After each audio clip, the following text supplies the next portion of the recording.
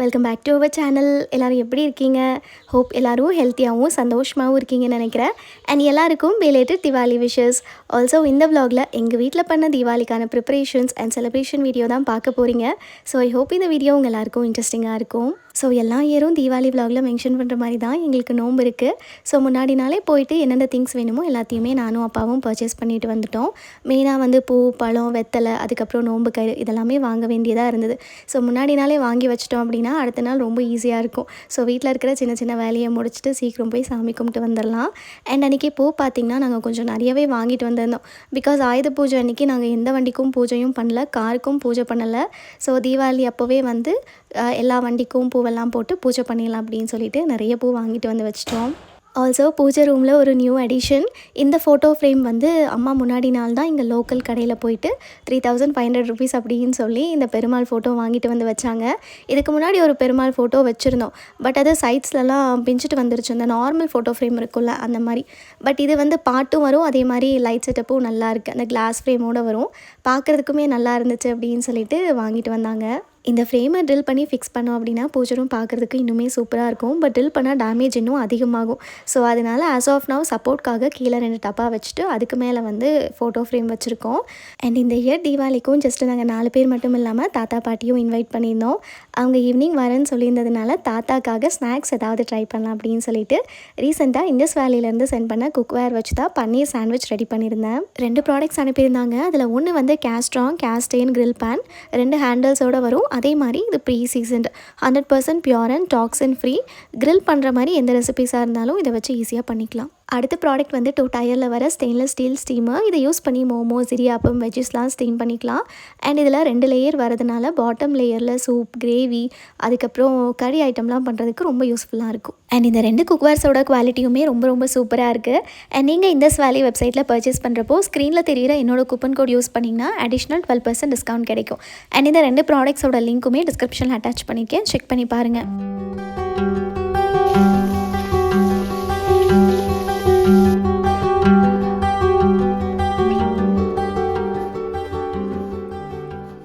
இந்த cast iron grill pan already pre season அப்படிங்கிறதுனால just உங்களுக்கு ரிசீவ் ஆனதும் ஸ்க்ரப் வச்சு நல்லா தேய்ச்சிட்டு கொஞ்சம் கூட தண்ணி இல்லாமல் கிளாத் வச்சு தொடச்சி விட்டுருங்க. அதுக்கப்புறமா நல்லா ஹீட் பண்ணிவிட்டு கொஞ்சம் ஆயில் ஸ்ப்ரே பண்ணி எல்லா பக்கமும் அப்ளை பண்ணி அந்த ஆயில் அப்ளை பண்ணி விட்டிங்கனாலே உங்களோட ரெகுலர் குக்கிங்கு யூஸ் பண்ணிக்கலாம். இப்போ குவிக்காக பன்னீர் சாண்ட்விச் எப்படி செய்கிறதுன்னு பார்க்கலாமா? அதுக்கு முன்னாடி சாண்ட்விச்சில் அப்ளை பண்ணுற க்ரீன் சட்னி ரெடி பண்ணுறதுக்காக ஒரு கையளவுக்கு புதினா, கொத்தமல்லி, 2 பச்சை மிளகா, கொஞ்சமாக இஞ்சி, சீரகம், லெமன் ஜூஸ், உப்பு, அதுக்கப்புறம் தயிர் போட்டு இதை நல்லா நைஸாக வந்து அரைச்சி எடுத்துக்கிட்டோம் அப்படின்னா க்ரீன் சட்னி ரெடி. சாண்ட்விச்சுக்கு மட்டும் இல்லை, பர்கர், வடாப்பாவ் இந்த மாதிரி ரெசிபீஸ்க்கு இந்த க்ரீன் சட்னியை ஸ்ப்ரெடாக யூஸ் பண்ணும்போது டேஸ்ட்டு சூப்பராக இருக்கும். நெக்ஸ்ட்டு ஸ்வீட் கார்ன் பாயில் பண்ணுறதுக்காக நான் இந்த ஸ்டீமர் தான் எடுத்திருக்கேன். பாட்டமில் வந்து தண்ணி ஊற்றிட்டு அதுக்கு மேலே இருக்கிற அந்த ஸ்டீம் பாட் இருக்குல்ல அதில் கார்ன் போட்டுட்டு ஜஸ்ட் ஒரு 5 minutes விட்டால் போதும். ஸ்வீட் கார்ன் வந்து நல்லா வெந்துடும்.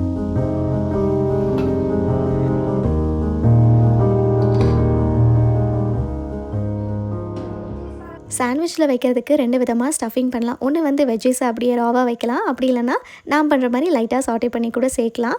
ஸோ அந்த பாட்டம் பேன் இருக்குது பார்த்திங்களா, அதில் வந்து கொஞ்சமாக எண்ணெய் ஊற்றிட்டு வெங்காயம், பொடியாக கட் பண்ண கேரட், இஞ்சி பூண்டு பேஸ்ட், குட்டி குட்டியாக கட் பண்ண பன்னீர், அது கூடவே கொஞ்சமாக மசாலா பவுடர்ஸும் ஆட் பண்ணிவிட்டு இதை லைட்டாக வந்து சாட்டே பண்ணி எடுத்துக்கணும். ரொம்பவும் குக் பண்ணிடக்கூடாது, ஜஸ்ட் ஒரு ஹாஃப் குக் பண்ணாலே போதும். இப்போ சாட்டே பண்ணி வச்சுருக்கிற வெஜ்ஜீஸ் கூட பாயில் பண்ணி வச்சுருக்கிற ஸ்வீட் கார்ன், ட்ரெஸ்ஸிங்காக ஷெஷ்வான் சாஸ், மைனீஸ், அப்புறம் கொஞ்சமாக சில்லி சாஸும் ஆட் பண்ணியிருக்கேன். இதில் உங்களுக்கு பிடிச்ச எந்த ஐட்டம் வேணாலும் சேர்த்துக்கலாம். இதுதான் சேர்க்கணும் அப்படிங்கிறது கிடையாது. அவ்வளோதான், இதோட ஸ்டஃபிங் ரெடி பண்ணியாச்சு. தென் ப்ரெட்டில் வந்து நம்ம ஃபஸ்ட்டு ப்ரிப்பேர் பண்ணி வச்சுருக்கிற க்ரீன் சட்னி ஒரு சைடு அப்ளை பண்ணிவிட்டு அதுக்கு மேலே இந்த ஸ்டஃபிங் வச்சுட்டு சீஸ் வந்து உங்களோட விருப்பம். நான் வந்து மொசரல்லா சீஸ் வந்து ஆட் பண்ணியிருக்கேன். அப்படி இல்லைனா சீஸ் ஸ்லைஸ் கூட நீங்கள் வச்சுக்கலாம். அடிஷ்னலாக நான் இதில் கொஞ்சமாக ஆரிகானோவும் ஸ்ப்ரிங்கிள் பண்ணிவிட்டு இன்னொரு ப்ரெட் வச்சு க்ளோஸ் பண்ணிவிட்டேன். 2 சைடுமே பட்டர் அப்ளை பண்ணிவிட்டு ப்ரெட் கிரில் பண்ணிங்க அப்படின்னா டேஸ்ட் வந்து ரொம்ப சூப்பராக இருக்கும். ஜஸ்ட் 2 சைடும் 2 minutes கிரில் பண்ணி எடுத்திங்க அப்படின்னாலே நல்ல கிறிஸ்பியான பன்னீர் சாண்ட்விச் ரெடி. ஒரு டைம் நீங்கள் இந்த மாதிரி செஞ்சு டேஸ்ட் பண்ணிட்டீங்க அப்படின்னா அடிக்ட் ஆயிடுவீங்க. ஏன்னா அந்த அளவுக்கு ரொம்ப ரொம்ப டேஸ்டியாக இருக்கும். ஸோ நான் சொன்ன மெத்தடில் கண்டிப்பாக ட்ரை பண்ணி பாருங்கள். இந்த சாண்ட்விச்சை எங்கள் பாட்டி தவிர மற்ற நாங்கள் எல்லாருமே சாப்பிட்டோம். ஏன்னா எங்கள் பாட்டி வந்து பியோர் வெஜ் அப்படின்னும் சொல்ல முடியாது. பியோர் வெஜ்ஜுக்கும் மேலே ஏதாவது ஒன்று இருந்தால் அதை வேணால் சொல்லலாம். ஏன்னா மசாலா ஆட் பண்ண எந்த ஐட்டம்ஸுமே சாப்பிட மாட்டாங்க. நான் பார்த்த வரைக்குமே அவங்க சாப்பிட்றது பார்த்திங்கன்னா பருப்பு குழம்பு, கீரை குழம்பு, ரசம், சாப்பாடு, அவ்வளோதான். மற்றபடி வேறு எதுவுமே சாப்பிட மாட்டாங்க. நாட் ஈவன் அந்த கரம் மசாலா இல்லை சிக்கன் மசாலா ஈவன் அந்த மல்லித்தூள் ஆட் பண்ணால் கூட அவங்க நிறைய டிஷ்ஷஸ் வந்து சாப்பிட மாட்டாங்க. ஆனால் எங்கள் தாத்தா அப்படியே ஆப்போசிட்டாக இருப்பாங்க. நான்வெஜ்ஜில் எல்லா விதமான ஐட்டம்ஸும் ட்ரை பண்ணியிருக்காங்க. அதே மாதிரி நாங்கள் வீட்டில் புதுசாக ஏதாவது ஸ்வீட் ட்ரை பண்ணாலும் சரி, இல்லை காரம் ட்ரை பண்ணாலும் சரி, அந்த டேஸ்ட் பண்ணுறதுக்கு ஒரு க்யூரியாசிட்டி இருக்கும். ஆல்சோ அவருக்கு வந்து டயபெட்டிஸ் இருக்கிறதுனால ஸ்வீட் ஐட்டம்ஸ் கொடுக்கும்போது மட்டும் கொஞ்சம் பார்த்து பார்த்து கொடுப்போம். சுகர் ஆட் பண்ணுற மாதிரி இருந்தால் ஜஸ்ட்டு டேஸ்ட்டுக்காண்டி கொடுப்போம். மற்றபடி அவருக்கு ஸ்வீட்ஸ்னாலுமே ரொம்ப பிடிக்கும். இந்த ஆப்போசிட் ரியாக்ஷன் அட்ராக்ட்ஸ் ஈச் அதர்னு சொல்லுவாங்க பார்த்தீங்களா, அந்த மாதிரி தான் இருக்குது இவங்க 2 பேரையுமே பார்க்கும்போது. எனிவேஸ் அன்றைக்கி நைட் டின்னர் வந்து அம்மா தான் சமைச்சாங்க. கொஞ்சம் லேட் ஆயிடுச்சு. ஸ்டில் ரைஸு, கீரை பொரியல், அதுக்கப்புறம் குழம்பு எல்லாமே வச்சுருந்தாங்க. நானும் பாட்டியும் சேர்ந்து இருந்த பூ எல்லாத்தையும் கட்டி முடிச்சுட்டு ஹாலை வந்து க்ளீன் பண்ணிட்டோம். என் தங்கச்சி வந்து அவளால் முடிஞ்ச வரைக்கும் சின்ன சின்ன வேலை பார்த்துட்டு இருந்தா. ஏன்னா அவளுக்குமே காலையிலேருந்து பயங்கர வேலை, 2 பேருமே வேலை பார்த்துட்டே இருந்ததுனால சரியான டயர்டு. எப்போ போய் தூங்குவோம் அப்படிங்கிற மாதிரி இருந்தது. என் கடைசியாக வந்து வெடி வெடிச்சு பயங்கரமாக குப்பையாக இருந்ததா, அது எல்லாத்தையும் க்ளீன் பண்ணி விட்டுட்டு போய் தூங்கிட்டேன். பிகாஸ் அடுத்த நாள் காலையில் கோலம் போடுறதுக்கு ஈஸியாக இருக்கும்.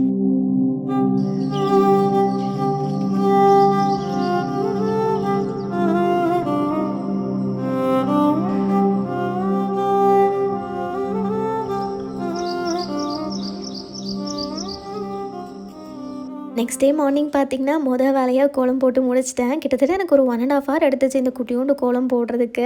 ஏன்னா மோஸ்ட்லி ஃபெஸ்டிவல் டேஸில் அம்மா தான் போடுவாங்க, நான் கலர் அடிக்க போயிடுவேன். பட் அன்றைக்கி வந்து சரி நம்மளே ட்ரை பண்ணுவோம் அப்படின்னு சொல்லிட்டு ஏதோ எனக்கு தெரிஞ்ச டிசைனை கிறுக்கி விட்டுட்டேன். அதே மாதிரி பண்டிகை அன்றைக்கி நான் கிச்சன் பக்கமே போக மாட்டேன். அப்படியே போகிற மாதிரி இருந்தாலுமே இந்த சாப்பிங்கு அப்படி இல்லைனா க்ளீனிங் இந்த மாதிரி வேலை மட்டும்தான். மற்றபடி குக்கிங் எல்லாமே அம்மா தான் பார்த்துப்பாங்க. அன்றைக்கும் வந்து அம்மா தான் கம்ப்ளீட் குக்கிங். காலையில் பிரேக்ஃபாஸ்ட்டுக்கு வந்து புலாவ், இந்த வெஜிடபிள்ஸ் எல்லாமே ஆட் பண்ணிவிட்டு செஞ்சுருந்தாங்க.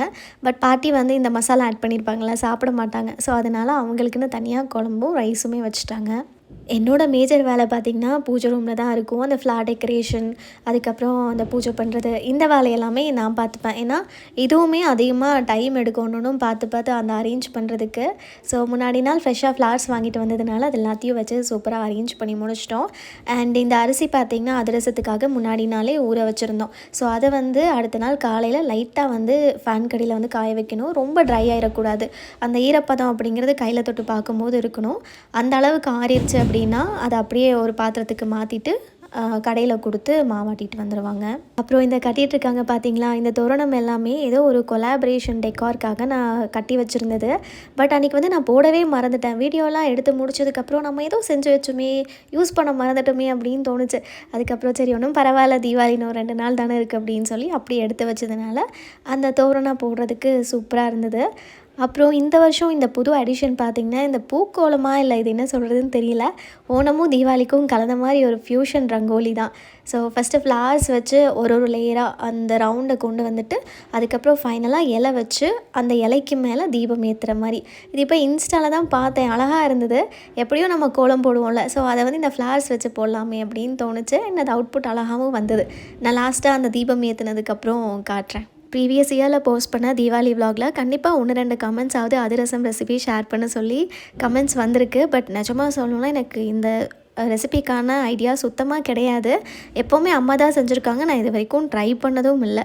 ஸோ யூஸ்வலி 2 kgs ரைஸ் எடுப்பாங்க. அதுக்கு வந்து 1.5 kgலேருந்து 1.25 kg வரைக்கும் வெல்லத்தை வந்து பாகு எடுக்கணும்.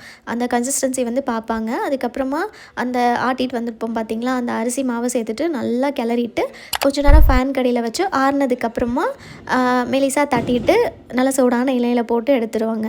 எனக்கு தெரிஞ்ச வரைக்கும் தான் நான் ஷேர் பண்ணியிருக்கேன். மேபி ஃபர்தராக இன்னொரு நாள் செய்கிறப்போ கண்டிப்பாக நான் டீட்டெயிலாக ரெசிபி ஷேர் பண்ணுறேன்.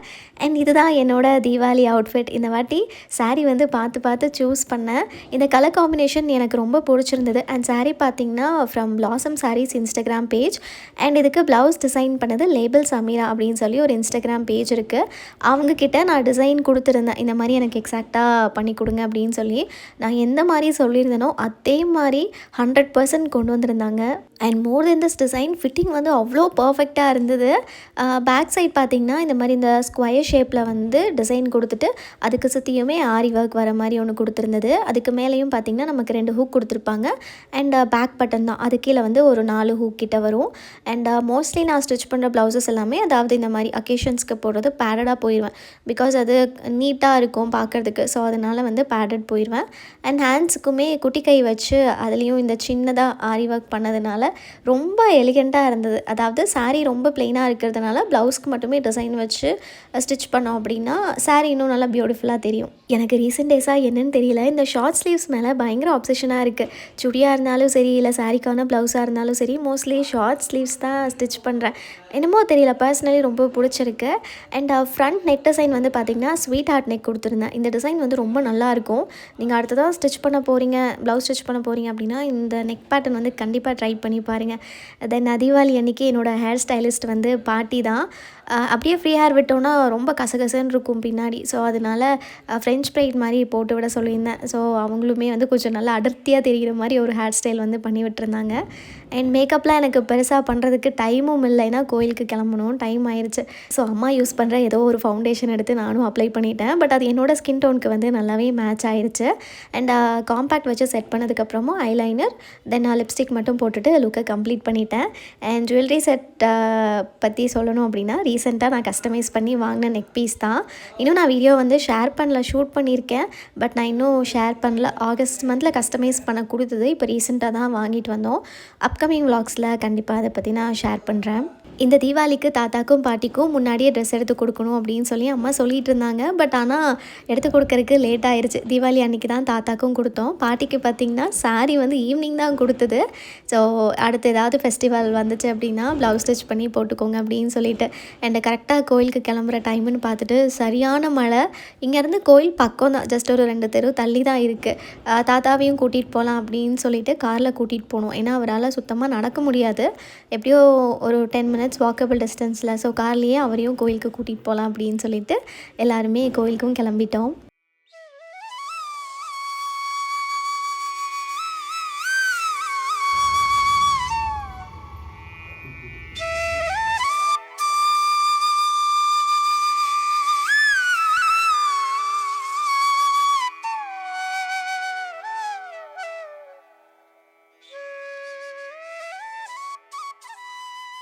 கோயிலுக்கு போயிட்டு நல்லா திருப்தியாக சாமி கும்பிட்டுட்டு நோம்பு கயிறு கட்டிட்டு வீட்டுக்கு வந்த உடனே வெஹிக்கல்ஸ்க்கு எல்லாத்தையும் பூஜை பண்ண ஆரம்பிச்சிட்டோம்.